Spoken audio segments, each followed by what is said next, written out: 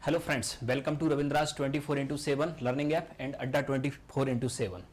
तो दोस्तों GS NCERT, ठीक है। तो जीएस एनसीईआरटी की आज की क्लास में हम लोग आगे चलते हैं। लास्ट क्लास में हम लोग देख रहे थे डेमोक्रेसी यानी कि लोकतंत्र। डेमोक्रेसी में हमने डेमोक्रेसी का अर्थ समझा, इसके बाद डेमोक्रेसी के टाइप समझे, इसके बाद डेमोक्रेसी में हमने इलेक्शन इसे समझा, ठीक है।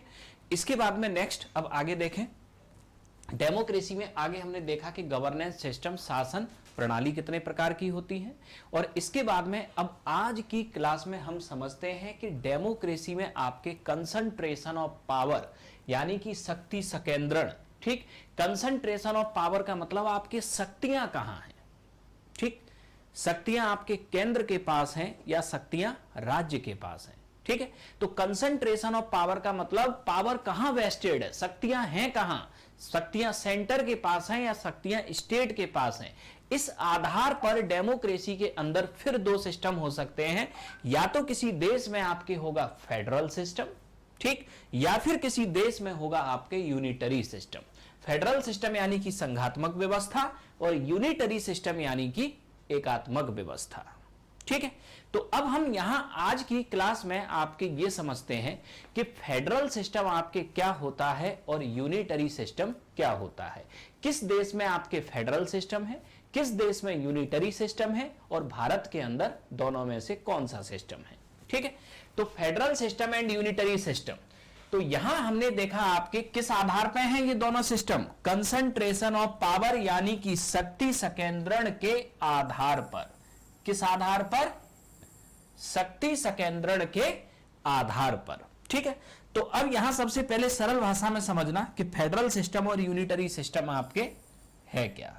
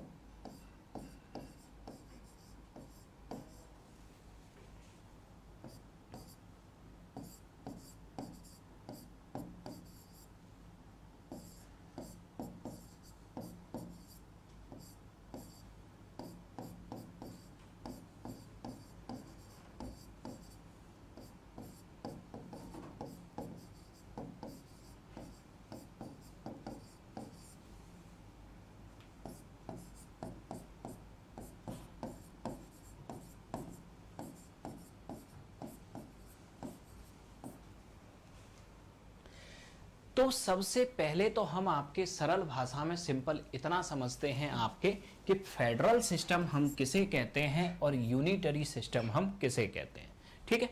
तो federal system and unitary system की अगर अब हम बात करें, संघात्मक व्यवस्था और एकात्मक व्यवस्था की, ठीक है।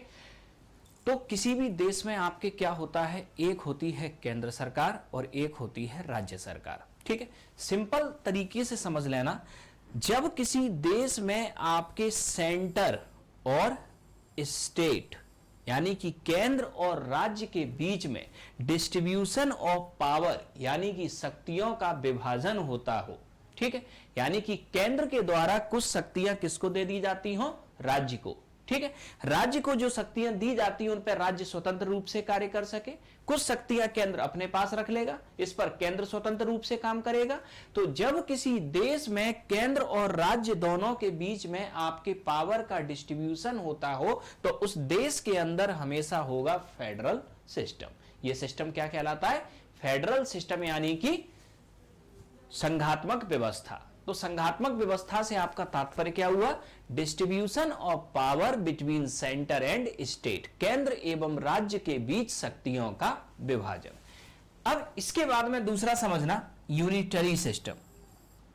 यूनिटरी सिस्टम में आपके होता क्या है कि किसी भी देश में जहां यूनिटरी सिस्टम होगा, तो जहां यूनिटरी सिस्टम होगा वहां होगा क्या कि समस्त शक्तियां केंद्र के पास निहित होंगी। किसके पास निहित होंगी, केंद्र के पास आपकी समस्त शक्तियां निहित होंगी, ठीक, यहां केंद्र और राज्य के बीच में आपके कोई पावर डिस्ट्रीब्यूशन नहीं है। ठीक है, अब किसी देश में अगर एकात्मक व्यवस्था हो तो वहां ऐसा भी हो सकता है कि स्टेट का कंसेप्ट ही ना हो, केंद्र सीधे क्षेत्रीय शक्तियां यानी कि जो लोकल लेवल पे वहां शक्तियों का ट्रांसफर कर दे, स्टेट हो ही ना बीच में। ठीक है, तो यहां याद रखना आपके कि यूनिटरी सिस्टम एक ऐसा सिस्टम है जहां समस्त शक्तियां केंद्र के पास में हो, यहां केंद्र और राज्य के बीच शक्तियों का आपके विभाजन नहीं होता। ठीक है, यह ध्यान रखना। तो अब हम यहां देखते क्या है, फेडरल सिस्टम में शक्तियों का विभाजन होगा केंद्र और राज्य के बीच में, और यूनिटरी सिस्टम में शक्तियों का विभाजन नहीं होगा। ठीक है, फेडरल सिस्टम में जब केंद्र के द्वारा राज्यों को शक्तियां आपके दी जाएंगी तो राज्य उन शक्तियों का प्रयोग करने में स्वतंत्र रहेंगे। यहां आपके चूंकि राज्यों को शक्तियां दी ही नहीं जा रही तो राज्य यहां कोई शक्तियों का प्रयोग नहीं कर पाएंगे। तो यहां दोनों में एक कॉमन पॉइंट समझना, जिस देश के अंदर फेडरल सिस्टम आपके होगा वहां राज्यों की जो निर्णय लेने की शक्ति होगी यानी कि राज्यों की जो स्वायत्तता होगी वो ज्यादा होगी। जहां फेडरल सिस्टम होगा वहां राज्यों की स्वायत्तता या ऑटोनॉमी ज्यादा होगी, और जहां यूनिटरी सिस्टम होगा वहां राज्यों की ऑटोनॉमी हमेशा कम होगी।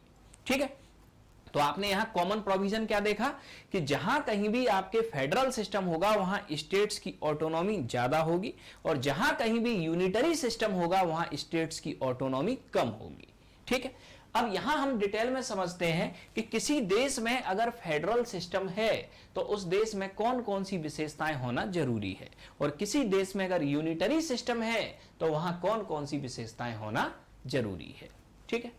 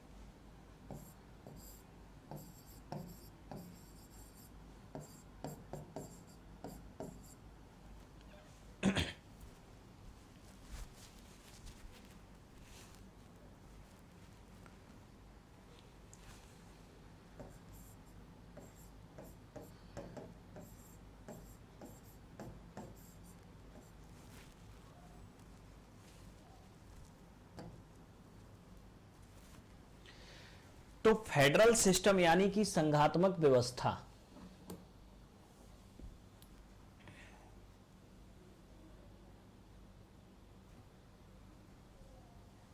ठीक। तो फेडरल सिस्टम की अगर हम बात करें आपके, ठीक, तो फेडरल सिस्टम की अगर हम बात करें तो फेडरल सिस्टम किसे कहते हैं, जहां केंद्र और राज्य के बीच शक्तियों का बंटवारा या विभाजन होता हो। तो यहां याद रखना कि केंद्र और राज्य के बीच 3 शक्तियों का बंटवारा होता है। लेजिस्लेटिव पावर, विधायी शक्तियां, यानी कि आपके कानून बनाने की शक्ति, कुछ विषयों पर केंद्र कानून बनाएगा, कुछ पर राज्य बनाएगा और कुछ पर दोनों बनाएंगे, ठीक है।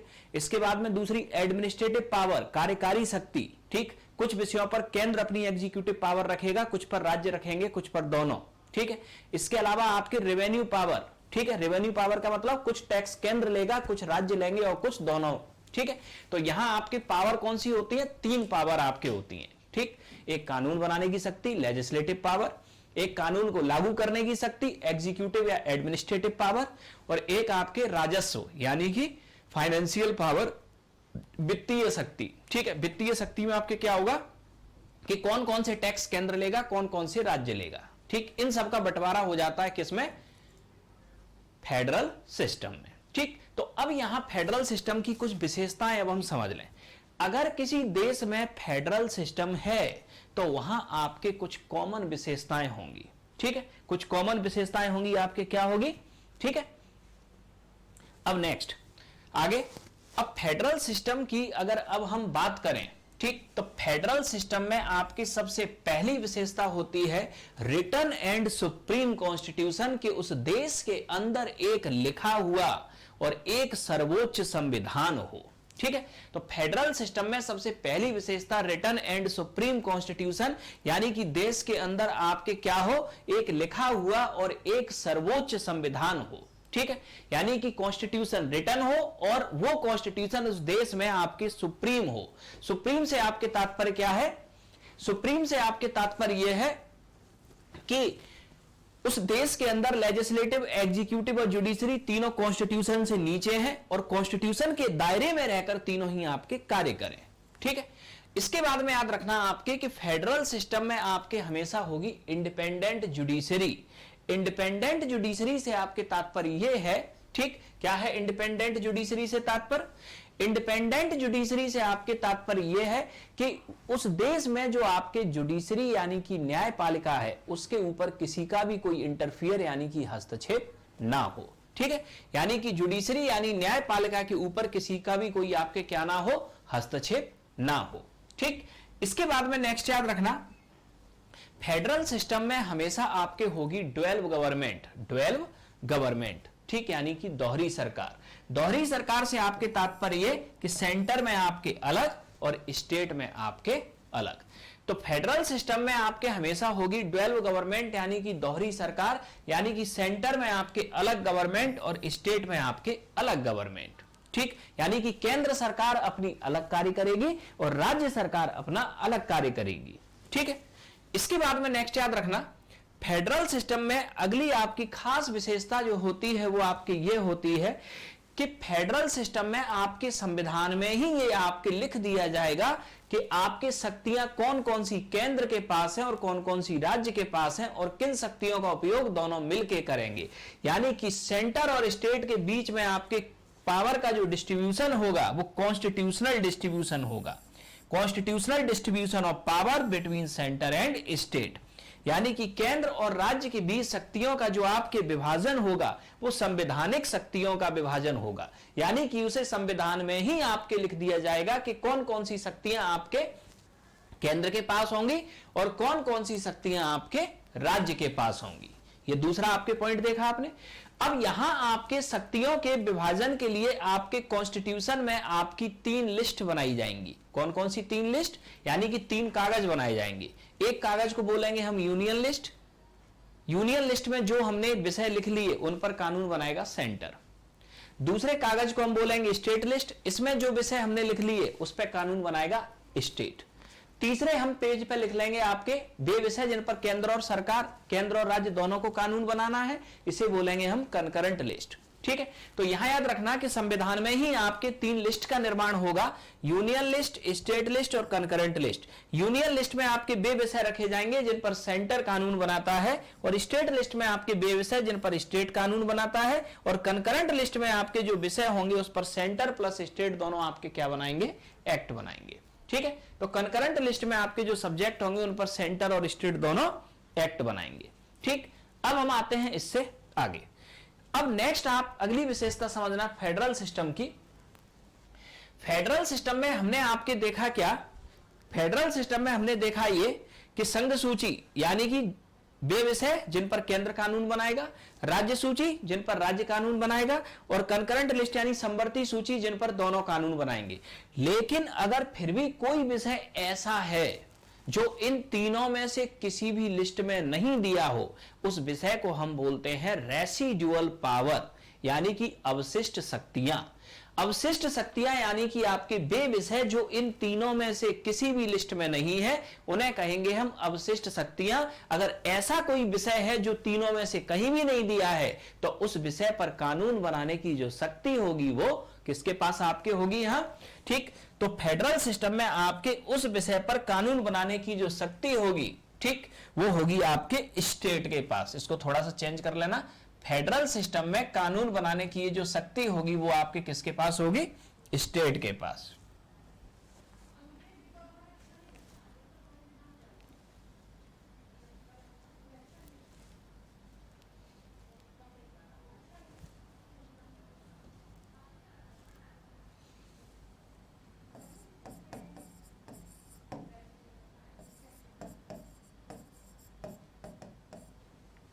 ठीक, तो आपके अवशिष्ट शक्तियां यानी कि जिनका वर्णन आपके ना यूनियन लिस्ट में है, ना स्टेट लिस्ट में है, ना कंकरेंट लिस्ट में है, उन पर कानून बनाने की शक्ति किसके पास होगी, स्टेट के पास। अब इसके बाद में दूसरा याद रखना कि फेडरल सिस्टम की आपके जो खास बात होती है आपके वो ये कि यहां 12 कॉन्स्टिट्यूशन होता है। 12 कॉन्स्टिट्यूशन का मतलब आपके दोहरा संविधान। दोहरे संविधान से आपके तात्पर्य क्या होता है कि केंद्र का संविधान आपके होगा अलग और राज्यों का संविधान आपके होगा अलग। ठीक, तो फेडरल सिस्टम में आपके कैसा कॉन्स्टिट्यूशन, 12 कॉन्स्टिट्यूशन, यानी कि केंद्र का संविधान अलग होगा और राज्यों का संविधान अलग होगा। वहीं अगर हम देखें तो फेडरल सिस्टम में आपके जो सिटीजनशिप आपके वो होती है वो कैसी होती है, 12 सिटीजनशिप होती है, यानी कि व्यक्ति केंद्र का भी नागरिक होगा और व्यक्ति राज्य का भी नागरिक होगा। ठीक, तो ये हमने आपके देखा क्या, फेडरल सिस्टम। और फेडरल सिस्टम का जो सबसे बेस्ट एग्जांपल है आपके पूरे वर्ल्ड में वो है United states of America, USA. तो यूएसए आपके फेडरल सिस्टम का सबसे बेस्ट एग्जांपल है। ठीक है, तो ये हमने देखा यहां फेडरल सिस्टम। अब हम आते हैं इससे आगे। ओके, अब हम नेक्स्ट समझते हैं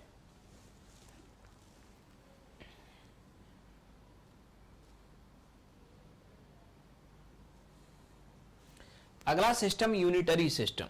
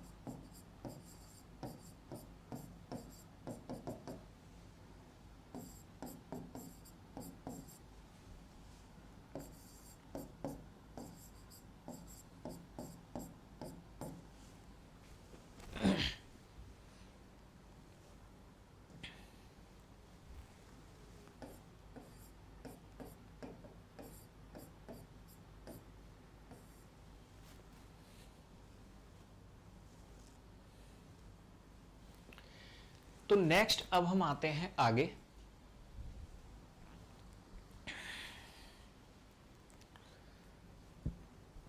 यूनिटरी सिस्टम यानी कि एकात्मक व्यवस्था। तो समझते हैं जरा एकात्मक व्यवस्था को सभी लोग। एकात्मक व्यवस्था की अगर हम बात करें तो यूनिटरी सिस्टम आपको कैसा सिस्टम बताया था, जहां आपके क्या होता है, समस्त शक्तियां केंद्र के पास होती हैं और केंद्र और राज्य के बीच में आपके शक्तियों का कोई बंटवारा नहीं होता। ठीक, या दूसरे शब्दों में कहें तो आपके यहाँ राज्यों का अस्तित्व ही नहीं होता। यहाँ सीमित मात्रा में शक्तियां आपके लोकल सेंटर्स या आपके लोकल गवर्नमेंट यानी स्थानीय सरकारों को हस्तांतरित की जाती हैं। ठीक है, यानी कि आपके जो यूनिटरी सिस्टम होगा, यहाँ राज्यों की जो स्वायत्तता होगी या स्टेट्स की जो ऑटोनॉमी होगी वो आपके क्या होगी, कम होगी। ठीक, ये हमने यहां तक देखा। अब हम आते हैं इससे आगे। अब नेक्स्ट आगे समझना कि यूनिटरी सिस्टम की अगर हम प्रमुख विशेषताओं को देखें तो यूनिटरी सिस्टम में आपके रिटन एंड सुप्रीम कॉन्स्टिट्यूशन ये हो भी सकता है और नहीं भी हो सकता। ठीक है, यानी कि आपके संविधान लिखित हो, जरूरी नहीं है, हो भी सकता है, नहीं भी। सर्वोच्च हो, जरूरी नहीं है, हो भी सकता है और नहीं भी। ठीक है, इंडिपेंडेंट जुडिशरी, स्वतंत्र न्यायपालिका, may be may not be, ये हो भी सकती है और नहीं भी। ठीक, ड्वेल्व गवर्नमेंट, अब यहां तो राज्यों का अस्तित्व भी नहीं है तो राज्य सरकार होगी ही नहीं, यानी कि नो। ठीक है, इसके बाद constitutional distribution of power between centre and state, तो केंद्र और राज्य के बीच शक्तियों का बंटवारा तो तब होगा ना जब राज्य हो, राज्य ही नहीं है यहां तो इसका मतलब नो, यानी कि यहां केंद्र और राज्य के बीच शक्तियों का बंटवारा नहीं होगा। ठीक है, अब इसके बाद में नेक्स्ट आगे समझना कि रेसिडुअल पावर वेस्टेड इन सेंटर, क्योंकि यहां तो राज्यों का अस्तित्व ही नहीं है। ठीक, तो जितनी भी पावर होंगी ये सब किस पे चली जाएंगी, ये सब पावर आपके किस पे होंगी, सेंटर के पास होंगी, केंद्र के पास। ठीक, यहां आपके सिंगल कॉन्स्टिट्यूशन आपके होगा। सिंगल कॉन्स्टिट्यूशन का मतलब आपके एकल संविधान, एकल संविधान का मतलब आपके केंद्र और लोकल गवर्नमेंट इन सबको एक ही संविधान प्रशासित करेगा। ठीक, हालांकि यहां स्टेट का तो आपके वर्चस्व कई जगह होगा ही नहीं। ठीक है, सिंगल सिटीजनशिप का मतलब आपके यह है कि व्यक्ति सिर्फ आपके कहां का नागरिक होगा, केंद्र का आपके नागरिक होगा, यहां राज्यों की नागरिकता का कोई प्रावधान नहीं है। ठीक, यह हुआ। अब हम अगर यूनिटरी सिस्टम की अगर बात करें तो यूनिटरी सिस्टम का जो सबसे बेस्ट एग्जांपल है ये है आपके यूके, यूनाइटेड किंगडम। ठीक है, यूनाइटेड किंगडम। तो ये हमने देखा आपके कि संघीय विशेषता या फेडरल फीचर ये क्या आपके होते हैं और यूनिटरी फीचर आपके ये क्या आपके होते हैं, ये हमने यहां तक देखा। अब हम आते हैं इससे आगे। ठीक है, अब इससे आगे नेक्स्ट आगे समझना आप लोग। अब हम आते हैं इंडिया के पर्सपेक्टिव में। किसके पर्सपेक्टिव में, इंडिया के पर्सपेक्टिव में। अब जरा ये समझना आप, ये आपके लिए ज्यादा इंपॉर्टेंट है। ये तो आपने फेडरल और यूनिटरी को अलग अलग समझ लिया,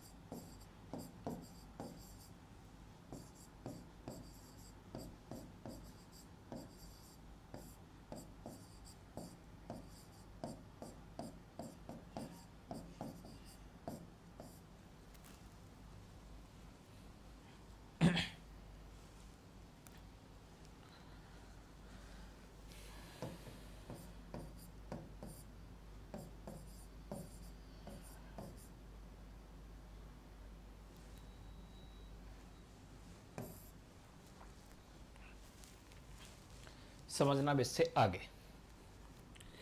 हमने देखा आपके कि एक सिस्टम है फेडरल सिस्टम और एक सिस्टम है यूनिटरी सिस्टम। फेडरल सिस्टम का एग्जांपल आपके यूएसए और यूनिटरी सिस्टम का एग्जांपल आपके यूके। तो फेडरल सिस्टम की विशेषताएं आपकी कुछ अलग हैं और यूनिटरी सिस्टम की आपकी विशेषताएं कुछ अलग हैं। लेकिन विश्व में कई ऐसे भी देश हैं जहां फेडरल सिस्टम और यूनिटरी सिस्टम दोनों की ही विशेषताएं पाई जाती हैं। ठीक, यानी कि कुछ ऐसे भी देश आपके वर्ल्ड में हैं जहां कुछ विशेषताएं फेडरल सिस्टम की हैं और कुछ विशेषताएं यूनिटरी सिस्टम की हैं, और ऐसे देशों को हम बोलते हैं क्वासी फेडरल सिस्टम, यानी कि अर्ध संघात्मक व्यवस्था, अर्ध संघीय व्यवस्था। ठीक, और इसका सबसे बेस्ट एग्जांपल है इंडिया। इंडिया ना तो फेडरल सिस्टम है और ना ही यूनिटरी सिस्टम है। इंडिया कैसा सिस्टम है? क्वासी फेडरल सिस्टम, अर्ध संघीय विशेषता। इसका मतलब इंडिया में कुछ विशेषताएं तो फेडरल सिस्टम की मिलेंगी और कुछ विशेषताएं यूनिटरी सिस्टम की मिलेंगी। ठीक, ये ध्यान रखना। इंडिया को क्वासी फेडरल सिस्टम कहा था आपके एक संविधानविद केसी बेयर ने। तो केसी बेयर आपके कहते हैं कि इंडिया एक कैसा सिस्टम है? क्वासी फेडरल सिस्टम है।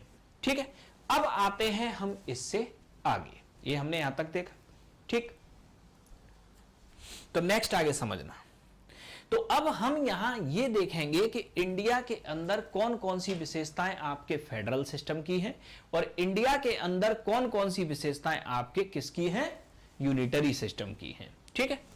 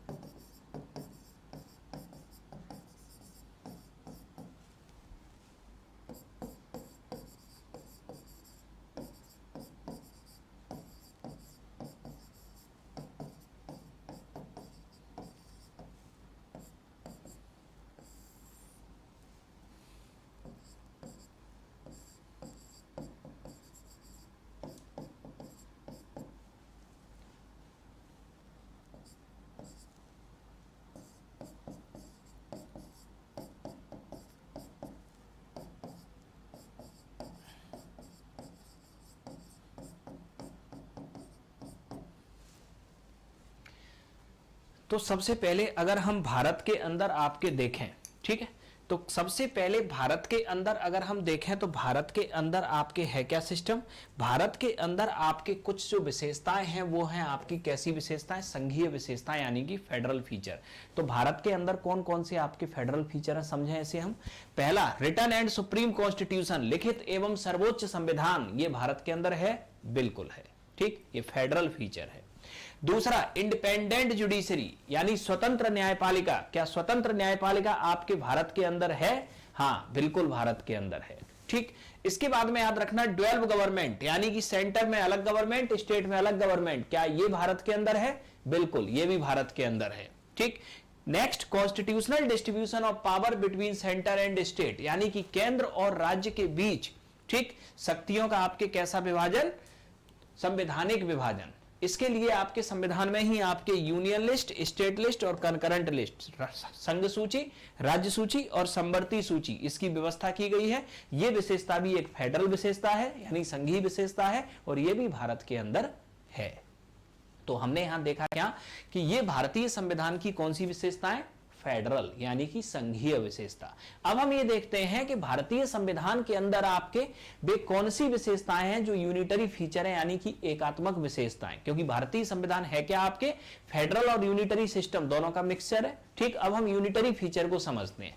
एक क्या जनरल पॉइंट याद रखना आप लोग। ठीक, जनरल पॉइंट आपके ये कि कभी भी अगर आप ऐसा भूल जाओ, क्या भूल जाओ कि कौन से फेडरल फीचर होते हैं या कौन से आपके यूनिटरी फीचर होते हैं, तो सिर्फ इतना याद रखना, वे सभी विशेषताएं जो स्टेट की ऑटोनॉमी को बढ़ाती हैं वो फेडरल फीचर, और वे सभी विशेषताएं जो स्टेट की ऑटोनॉमी को घटाती हों वो यूनिटरी फीचर। इन सारी विशेषताओं को देखो कि ये सारी विशेषताएं स्टेट की ऑटोनॉमी को बढ़ाती हैं, यानी कि ये स्टेट्स की ऑटोनॉमी को क्या करेंगी? ये सारी विशेषताएं स्टेट्स की ऑटोनॉमी यानी कि स्वायत्तता, ये फेडरल फीचर जितने भी होते हैं ये स्टेट्स की ऑटोनॉमी को बढ़ाते हैं, और यूनिटरी फीचर जितने भी होते हैं ये स्टेट्स की ऑटोनॉमी को घटाते हैं।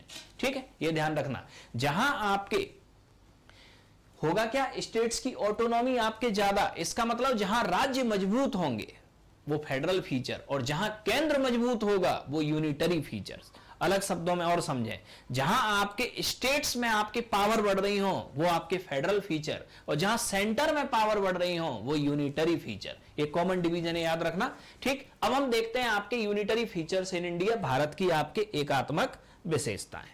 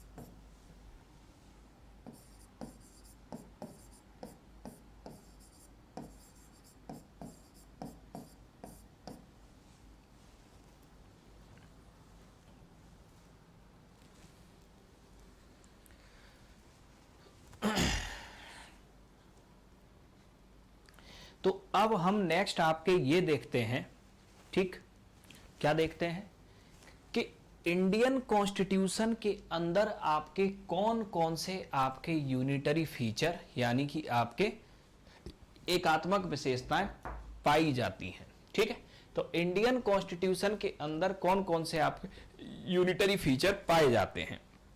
तो कौन कौन से आपके यूनिटरी फीचर हैं? तो सबसे पहले आपके सिंगल कॉन्स्टिट्यूशन, भारत के अंदर केंद्र और राज्य दोनों के लिए एक संविधान है। कैसा आपके संविधान है? एक संविधान। ठीक है, यह ध्यान रखना, यहां कोई आपके केंद्र और राज्यों का अलग अलग संविधान नहीं है। दूसरा याद रखना आपके सिंगल सिटीजनशिप यानी कि एकल नागरिकता। एकल नागरिकता से तात्पर्य यहां आपके व्यक्ति सिर्फ केंद्र का आपके नागरिक हो सकता है, स्टेट का नागरिक नहीं हो सकता। ठीक, यानी कि यहां व्यक्ति सिर्फ किसका नागरिक हो सकता है? केंद्र का नागरिक हो सकता है, स्टेट का नागरिक नहीं हो सकता। ठीक, तीसरा याद रखना आर्टिकल 3, इंडियन कॉन्स्टिट्यूशन का आर्टिकल 3 आपके कहता है creation evolution of new state, यानी कि नए राज्यों की निर्माण एवं समाप्ति। तो भारत में नए राज्यों के निर्माण एवं समाप्ति के गठन का जो अधिकार है वो है पार्लियामेंट के पास, यानी केंद्र के पास। केंद्र जब चाहे आपके राज्यों की नाम, सीमा और क्षेत्रफल में परिवर्तन कर सकता है। मतलब राज्यों के पास तो इतना भी अधिकार नहीं है कि वो अपने अस्तित्व को बचा सकें। ठीक है, राज्यों का अस्तित्व पार्लियामेंट के ऊपर डिपेंड करता है और पार्लियामेंट जब चाहे तब राज्यों के अस्तित्व एग्जिस्टेंस से छेड़छाड़ कर सकती है। ठीक है, इसके बाद में नेक्स्ट याद रखना पोस्ट ऑफ गवर्नर, राज्यपाल का पद। गवर्नर आपके किसी भी स्टेट का कॉन्स्टिट्यूशनल हेड होता है, संवैधानिक प्रमुख। ठीक है, तो गवर्नर किसी भी स्टेट का आपके कॉन्स्टिट्यूशनल हेड यानी कि संवैधानिक प्रमुख होता है, सबसे पहले तो हमने देखा। लेकिन गवर्नर को अपॉइंट करता है प्रेसिडेंट यानी केंद्र सरकार। ठीक, यह ध्यान रखना। और आपके गवर्नर की सिफारिश पर ही किसी स्टेट में आपके प्रेसिडेंट रूल यानी कि राष्ट्रपति शासन लग सकता है। तो इसका मतलब आपके ये हुआ कि आपके राज्य में जो गवर्नर का आपके ये जो पद है ये यूनिटरी फीचर है, यानी केंद्र की तरफ से आपके राज्य में कंट्रोल करता है गवर्नर, यानी कि राज्य में ये सेंटर के एजेंट के रूप में कार्य करता है गवर्नर। तो गवर्नर का जो आपके पद है वो क्या है? एक यूनिटरी फीचर। इसके बाद में नेक्स्ट ऑल इंडिया सर्विसेज यानी कि अखिल भारतीय सेवाएं। ऑल इंडिया सर्विसेज यानी कि आपके अखिल भारतीय सेवाएं। ठीक, तो अखिल भारतीय सेवाओं की अगर बात करें तो अखिल भारतीय सेवाएं आपके ये हैं क्या?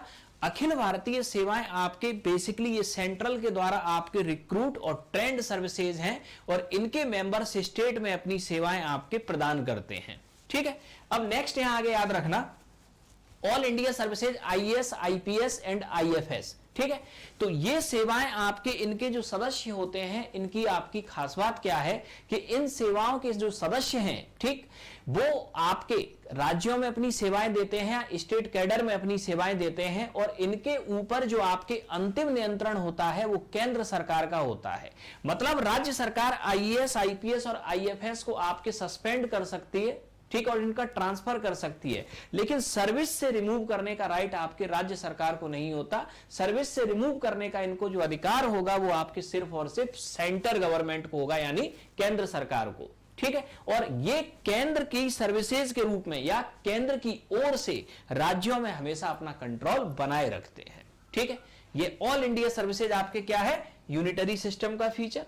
इसके बाद में नेक्स्ट आगे याद रखना भारत के अंदर आपके क्या है कि कुछ सिचुएशंस में आपके जो पार्लियामेंट है वो स्टेट लिस्ट के सब्जेक्ट पर भी एक्ट बना सकती है, यानी कि कुछ सिचुएशन में आपके यहां पार्लियामेंट स्टेट लिस्ट के सब्जेक्ट पर भी एक्ट बना सकती है। ठीक है, इसके बाद में नेक्स्ट याद रखना वैसे आपके स्टेट लिस्ट पे एक्ट बनाने का अधिकार किसको होता है? स्टेट लेजिस्लेचर असेंबली या स्टेट लेजिस्लेटिव असेंबली, ठीक, राज्य विधानसभा को। लेकिन भारत के अंदर आपके ऐसी कुछ परिस्थितियां हैं आर्टिकल 249 में जिनमें आपके, ठीक, जो पार्लियामेंट है वो राज्य सूची के विषय पर भी कानून बना सकती है, जबकि राज्य सूची के विषय पर कानून बनाने का जो अधिकार है वो राज्य विधानसभा या राज्य विधानमंडल का होता है। नेक्स्ट आगे याद रखना कि समवर्ती सूची या कनकरेंट आपके जो लिस्ट है, ठीक है, कनकरेंट लिस्ट पर आपके वैसे तो केंद्र और राज्य दोनों कानून बना सकते हैं, लेकिन अगर केंद्र और राज्य दोनों ने कंकरेंट लिस्ट पर कानून बनाया है, और अगर आपके राज्य सरकार का कानून केंद्र के कानून को ओवरलैप करता है या वायलेशन करता है, तो यहां राज्य का जो कानून आपके होगा वो क्या हो जाएगा, निष्प्रभावी हो जाएगा, डीएक्टिवेट हो जाएगा, सस्पेंड हो जाएगा। यानी कि कंकरेंट लिस्ट के ऊपर आपके जो ज्यादा पावर है वो किसके पास में है, सेंटर के पास। ठीक, ये याद रखना। इसके बाद में नेक्स्ट आगे याद रखना, आपातकाल या इमरजेंसी। आपातकाल या इमरजेंसी में आपके जो पावर्स होती हैं वो आपके किसके पास चली जाती हैं, सेंटर यानी कि आपके केंद्र के पास। तो इमरजेंसी में आपके केंद्र जो होता है वो ज्यादा प्रभावी होता है।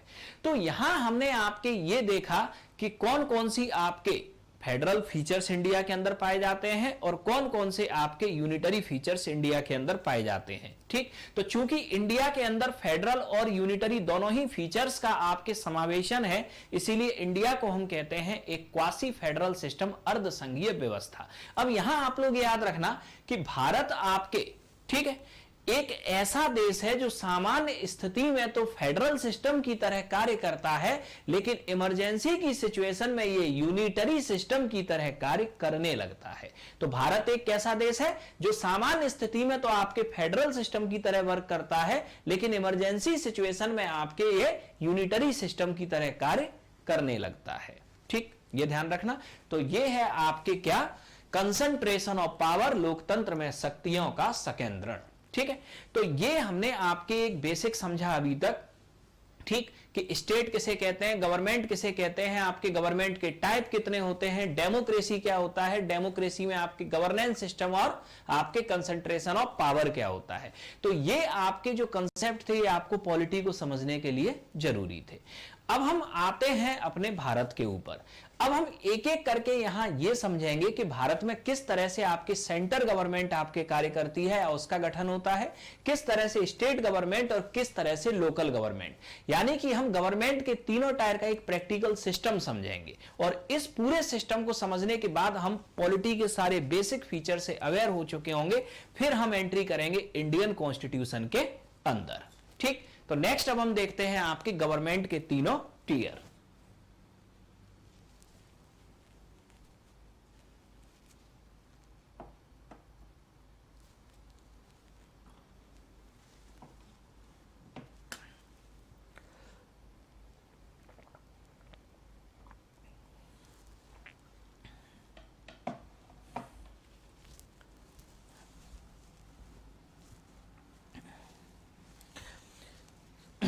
ये जो फिगर बना रहे हैं इसको आप थोड़ा सा अच्छे से समझना।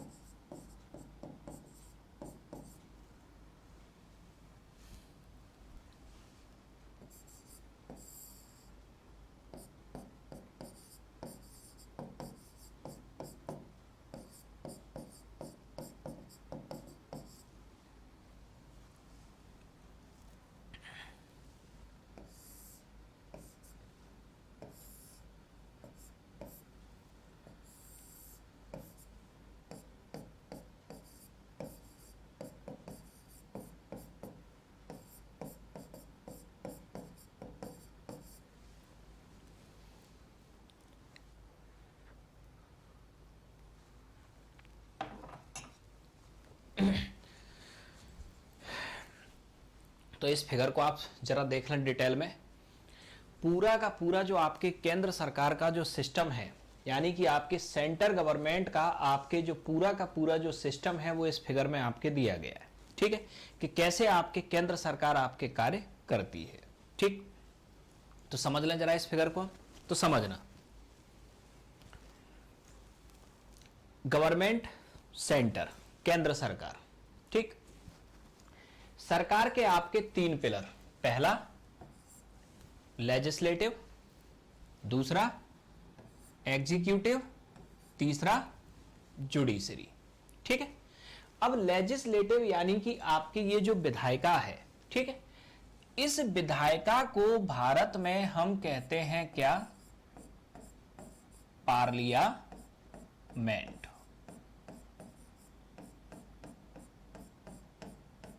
पार्लियामेंट यानी कि संसद। ठीक, तो विधायिका को हम भारत में आपके क्या कहते हैं? पार्लियामेंट। अब चाहे हम लेजिस्लेटिव लिखें चाहे पार्लियामेंट लिखें, दोनों एक ही बात है। ठीक है, पार्लियामेंट में एक आपके होता है अपर हाउस, एक होता है लोअर हाउस और एक आपके प्रेसिडेंट। यानी कि आपके जो पार्लियामेंट है उसके 3 पार्ट होते हैं। कितने पार्ट होते हैं? 3। अपर house, lower house and president. तो पार्लियामेंट के 3 होते हैं पार्ट और 2 होते हैं house. Upper house and lower house, ये 2 तो हाउस हैं और 3 है part, upper house, lower house and parliament. Bharat के अंदर आपके अपर हाउस को हम कहते हैं राज्यसभा और लोअर हाउस को हम कहते हैं लोकसभा। तो अपर हाउस को हम क्या कहते हैं? राज्यसभा, और लोअर हाउस को हम क्या कहते हैं? लोकसभा। ठीक है, ये यहां तक हुआ। अब आगे समझना, राज्यसभा में आपके 245 मेंबर ऑफ पार्लियामेंट होते हैं, वहीं लोकसभा में आपके 545 मेंबर ऑफ पार्लियामेंट होते हैं। ठीक है, तो राज्यसभा में 245 मेंबर ऑफ पार्लियामेंट और लोकसभा में आपके 545 मेंबर ऑफ पार्लियामेंट। अब आगे याद रखना, ये हमने सिर्फ अभी यहां तक का सिस्टम देखा कि अगर हम लेजिस्लेटिव को अगर हम यहां क्लासिफाई करें तो भारत में लेजिस्लेटिव क्या होता है? पार्लियामेंट। पार्लियामेंट के 3 पार्ट, अपर हाउस, लोअर हाउस और प्रेसिडेंट। अपर हाउस को राज्यसभा और लोअर हाउस को लोकसभा। ये क्लासिफिकेशन लेजिस्लेटिव का हुआ। अब एक क्लासिफिकेशन समझना आप लोग एग्जीक्यूटिव का। भारत के अंदर जो एग्जीक्यूटिव यानी कि जो कार्यपालिका आपकी होती है, ये कार्यपालिका एक तो होगी टेम्परेरी और एक होगी आपके परमानेंट। ठीक है, कैसी कार्यपालिका होगी? एक आपके टेम्परेरी और एक कार्यपालिका आपकी होगी क्या? परमानेंट। ठीक है, अब टेम्परेरी आपके और परमानेंट। टेम्परेरी का मतलब जो आपके 5 साल के लिए सत्ता में आए हैं, जरूरी नहीं है 5 साल भी रहें, और परमानेंट का मतलब आपके जो हमेशा आपके क्या रहें? वर्चस्व में रहें या हमेशा सत्ता में रहें। ठीक है, टेम्परेरी कार्यपालिका होती है काउंसिल ऑफ मिनिस्टर यानी कि मंत्री परिषद। क्या होती है? Council of minister. और इस टेम्परेरी कार्यपालिका को सलाह देने के लिए आपके बनाई जाती है परमानेंट कार्यपालिका या परमानेंट एग्जीक्यूटिव, जिसे हम कहते हैं ब्यूरोक्रेसी। तो ब्यूरोक्रेसी का काम होता है असिस्ट करना इस काउंसिल ऑफ मिनिस्टर को। क्यों? क्योंकि ये जो मंत्री होते हैं ये लगभग 5 साल में बदल जाते हैं, तो जो नए मंत्री आते हैं उन्हें ये नहीं पता कि पीछे का मंत्री क्या करके गया है, तो उसको ये सलाह कौन देगा? ब्यूरोक्रेसी। ठीक है, अब नेक्स्ट है आगे समझना, ये हमने यहां तक देखा। अब अगला सिस्टम, तो ये आपके काउंसिल ऑफ मिनिस्टर हुआ। अब काउंसिल ऑफ मिनिस्टर अगर अब हम देखें तो यहां काउंसिल ऑफ मिनिस्टर भी समझना। काउंसिल ऑफ मिनिस्टर में कई कैटेगरी के मिनिस्टर होते हैं। टोटल जो काउंसिल ऑफ मिनिस्टर का जो साइज होता है वो होता है 15% ऑफ लोकसभा। इसका मतलब लोकसभा में 545 सदस्य हैं, इसके मैक्सिमम 15% ही मंत्री परिषद हो सकती है या 15% मंत्री बन सकते हैं। मतलब लगभग 82 से ज्यादा मंत्री भारत में कभी नहीं बनेंगे। कहां? केंद्र के स्तर पे। ठीक, अब नेक्स्ट आगे याद रखना, काउंसिल ऑफ मिनिस्टर के टॉप पे होता है पीएम, इसके बाद दूसरे आपके कैबिनेट मिनिस्टर, तीसरा स्टेट मिनिस्टर और चौथा स्टेट मिनिस्टर इंडिपेंडेंट। ये चारों रैंक हैं। सबसे powerful rank council of minister की पीएम, जो काउंसिल ऑफ मिनिस्टर का हेड होता है। उसके बाद second powerful rank cabinet minister, ये बड़ी मंत्रालयों के प्रमुख होते हैं। कैबिनेट मिनिस्टर के अधीन काम करते हैं स्टेट मिनिस्टर, और स्टेट मिनिस्टर इंडिपेंडेंट ये छोटे मंत्रालयों के प्रमुख होते हैं। ठीक, अब नेक्स्ट याद रखना कि हर मंत्री से अटैच आपके ब्यूरोक्रेसी का एक सदस्य होगा जो मंत्री को आपके क्या देगा? एडवाइस देगा या उसे असिस्ट करेगा। ठीक, जैसे कि आपके पीएम को एडवाइस देता है कौन? Cabinet secretary. ठीक, जिस तरह से पीएम आपके काउंसिल ऑफ मिनिस्टर का हेड होता है, उसी तरीके से कैबिनेट सेक्रेटरी भारत के पूरी ब्यूरोक्रेसी का हेड होता है। इस कैबिनेट सेक्रेटरी को हम कहते हैं सुप्रीम ब्यूरोक्रेट ऑफ इंडिया। ठीक है, तो आपके पीएम काउंसिल ऑफ मिनिस्टर का हेड और कैबिनेट सेक्रेटरी आपके पूरी ब्यूरोक्रेटिक सिस्टम का हेड होता है इंडिया का। ठीक है, अब हर मिनिस्टर से अटैच आपके होगा एक सेक्रेटरी ऊपर से नीचे तक। ठीक, तो ये लेजिस्लेटिव का क्लासिफिकेशन, ये एग्जीक्यूटिव का classification. Executive temporary and permanent. Temporary council of minister, permanent bureaucracy. Permanent का गठन टेम्परेरी को सहायता देने के लिए। यहां तक देखा हमने।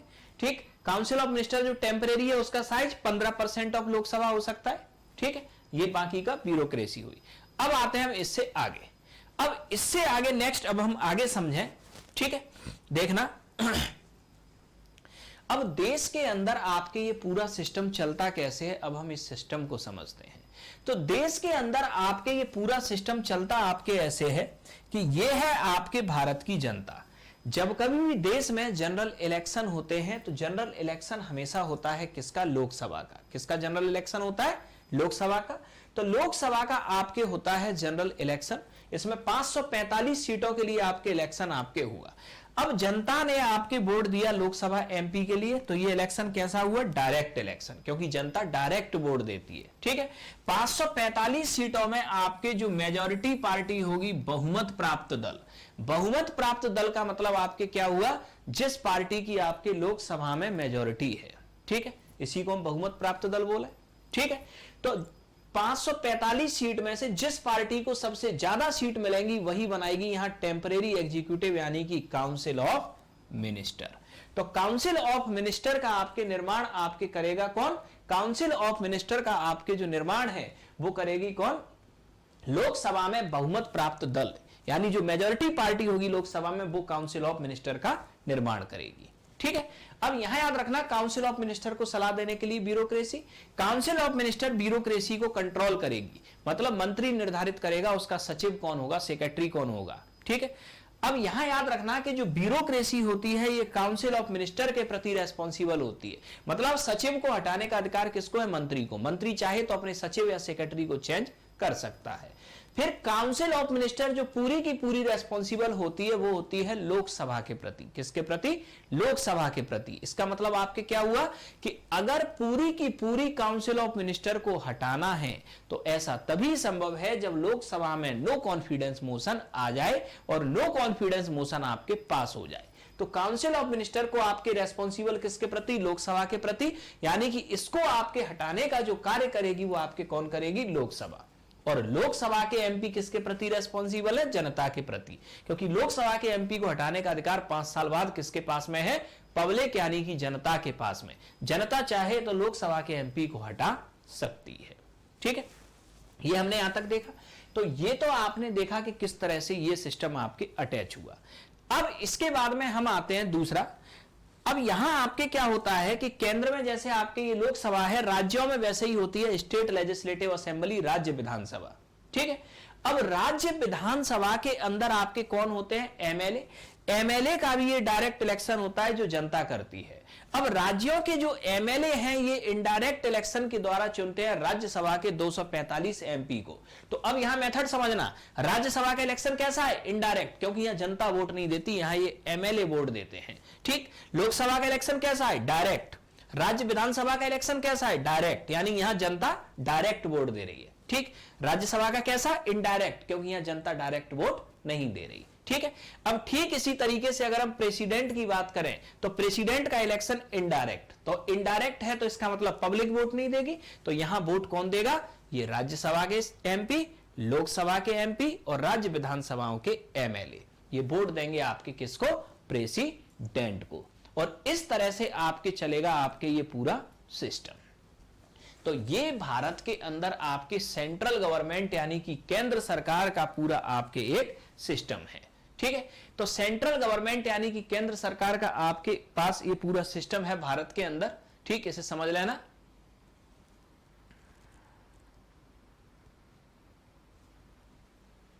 अब आते हैं हम इससे आगे। ये क्लियर हुआ यहां तक?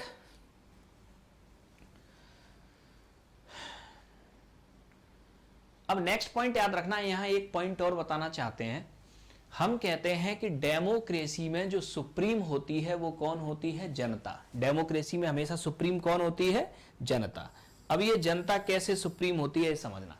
अगर ये जनता चाहे, जनता ये ग्रास रूट लेवल पे है, तो ये जो पूरा सिस्टम है ना, इस पूरे सिस्टम को कभी भी बदलने की ताकत रखती है जनता। कैसे रखती है? अगर जनता चाहे तो यहां रिफॉर्म हो सकता है लोकसभा में।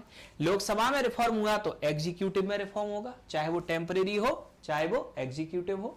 जनता अगर चाहे तो राज्य विधानसभा में रिफॉर्म हो सकता है, राज्य विधानसभा में रिफॉर्म हुआ तो राज्यसभा में रिफॉर्म होगा, और जब राज्यसभा, लोकसभा और राज्य विधानसभा में रिफॉर्म हुआ तो आपका जो देश के अंदर जो प्रेसिडेंट है, जो सबसे टॉप मोस्ट पोस्ट है, यहां भी रिफॉर्म हो सकता है।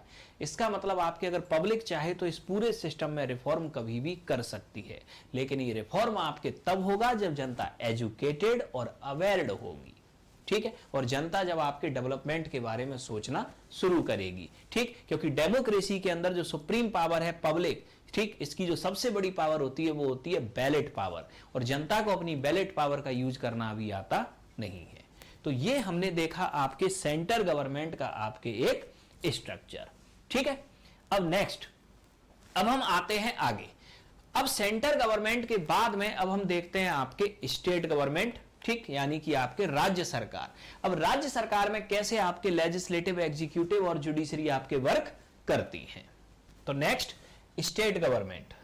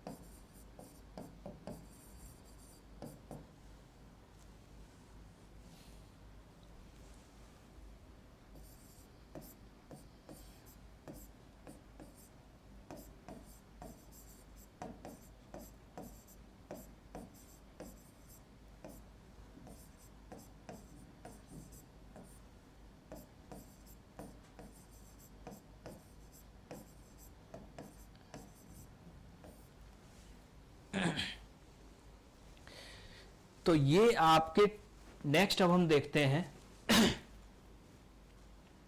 स्टेट गवर्नमेंट यानी कि राज्य सरकार, स्टेट गवर्नमेंट यानी कि राज्य सरकार।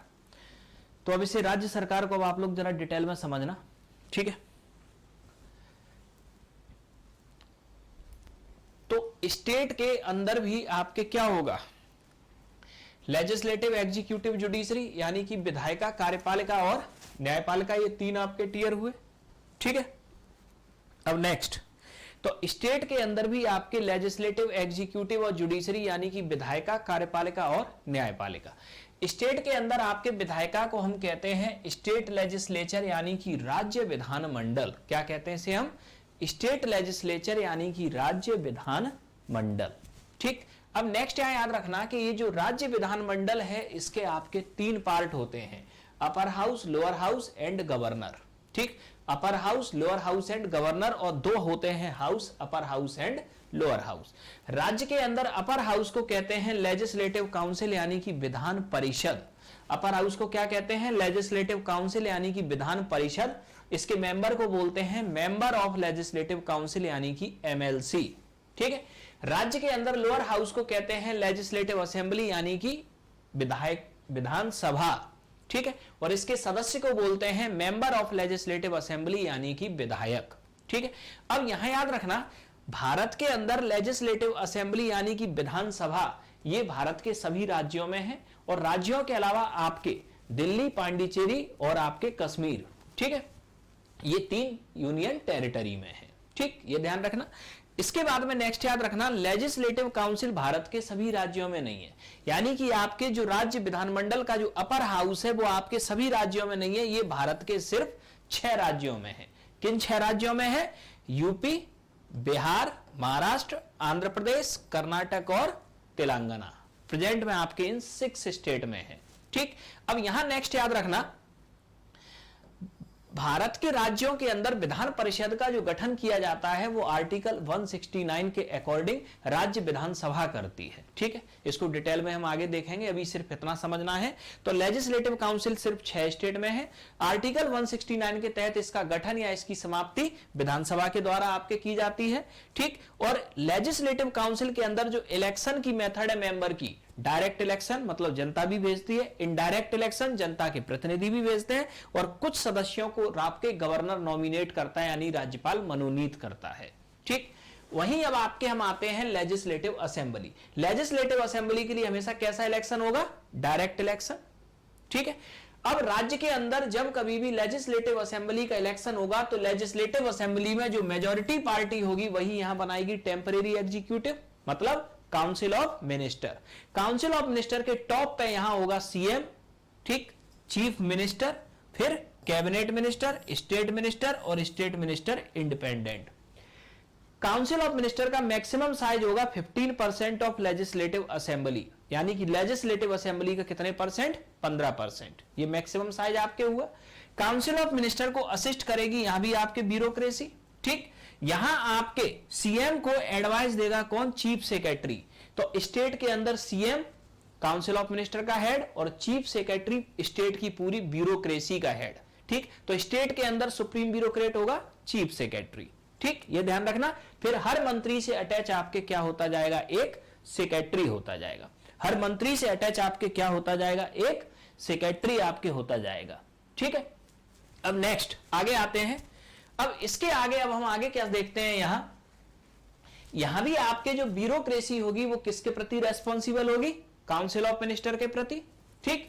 काउंसिल ऑफ मिनिस्टर रेस्पॉन्सिबल होगा आपके लेजिस्लेटिव असेंबली के प्रति, और लेजिस्लेटिव असेंबली आपके रेस्पॉन्सिबल होगी, यानी लेजिस्लेटिव असेंबली का एमएलए रेस्पॉन्सिबल होगा किसके प्रति? जनता के प्रति, ठीक है।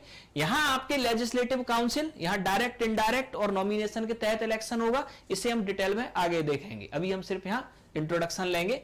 और राज्य के अंदर आपके ये जो गवर्नर होगा, ये जो गवर्नर होगा इसको अपॉइंट आपके करेगा कौन? प्रेसिडेंट, ठीक है। इसको आपके अपॉइंट कौन करेगा? आपके प्रेसिडेंट। तो ये आपके पूरा सिस्टम आपके होता है किसके अंदर? स्टेट के अंदर, ठीक, यह हुआ। तो ये हमने देखा आपके स्टेट गवर्नमेंट और सेंटर गवर्नमेंट। ठीक, तो आज की क्लास में हम लोग देखेंगे आपके यहीं तक। ठीक, तो आई होप आप सभी लोगों को समझ में आया होगा। तो जैसा कि आप सभी लोगों को पता है आपके कि ये आपके अगले 2 दिन ये क्लास आपके और फ्री चलने वाली है। 2 दिन क्या, मोस्ट प्रोबेबली कल। ठीक है, इसके बाद में आपके फ्री क्लास ये बंद हो जाएगी। आप चाहते हैं कि आप या आपके दोस्त इस जीएस एनसीईआरटी की क्लास को आपके देख पाएं या जीएस के बेहतर कंसेप्ट कर पाएं, ठीक, तो इस क्लास में आप कल तक आप लोग एडमिशन ले लीजिएगा, क्योंकि फिर आपके नेक्स्ट के बाद जो नेक्स्ट क्लास होगी वो आपकी पेड क्लास होगी और वहां आपके लाइव चैट वगैरह ये सारी फैसिलिटीज आपके शुरू हो जाएगी। ठीक है, तो फिर मिलते हैं हम कल की क्लास में। Thank you all of you. और अगर आप लोगों को कोई डाउट हो, ठीक, तो आप लोगों को एक व्हाट्सएप नंबर दिया था, आप उस पर अपना डाउट क्लियर कर सकते हैं।